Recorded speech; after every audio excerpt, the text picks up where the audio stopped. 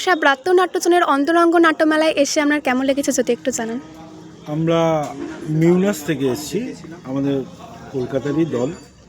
তো ভালো তো লাগছেই।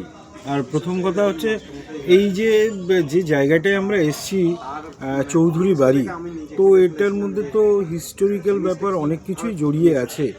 এবং আমি টোটোতে আস্তে আস্তেও শুনছিলাম এই এলাকা সম্বন্ধে, এবং যতটাই শুনছি ততটাই ভালো লাগছে। যেহেতু আমাদের কলকাতাতে ইট কাঠ পাথর ছাড়া তো কিছুই তো দেখতে পাই না, গাছপালা তো সেরকম নেই। তো এটা একটা দারুণ জায়গা, যেরকম এনারা সুন্দর একটা গ্রাম্য পরিবেশের মধ্যে সুন্দর সাজিয়েছেন, সুন্দর আলপনা দিয়ে। তার মধ্যে একটা চৌধুরী বাড়ির মধ্যে যে ফেস্টিভ্যালটা করছে, অন্তরঙ্গ নাট্যমেলা যেটা ওনারা করছেন, আমার তো খুবই ভালো লেগেছে।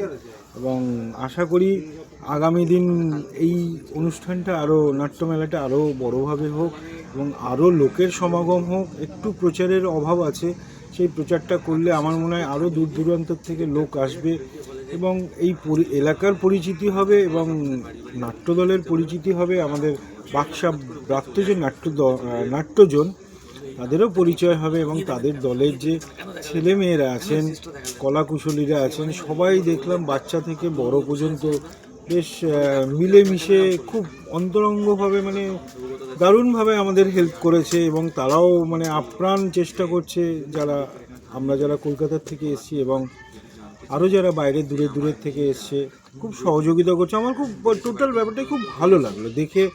একটু অন্যদের থেকে একটু হয়তো কোথাও গিয়ে আলাদা করে কিছু বলা যায়, বা সেটা আমি কিছুটা হয়তো বললাম।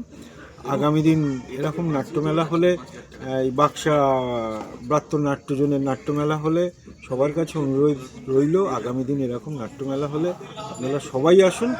আশা করি ভালো লাগবে। দরকার হলে একটু সকাল সকাল আসুন, জায়গাটা ঘোরার জায়গা দারুণ আছে, এটুকু বলতে পারি। তবে খুব ভালো লেগেছে, ওভারঅল খুব ভালো লেগেছে। ধন্যবাদ বাক্সা ব্রাত্য নাট্যজনকে, আমাদের মিউনাসের তরফ থেকে অসংখ্য ধন্যবাদ।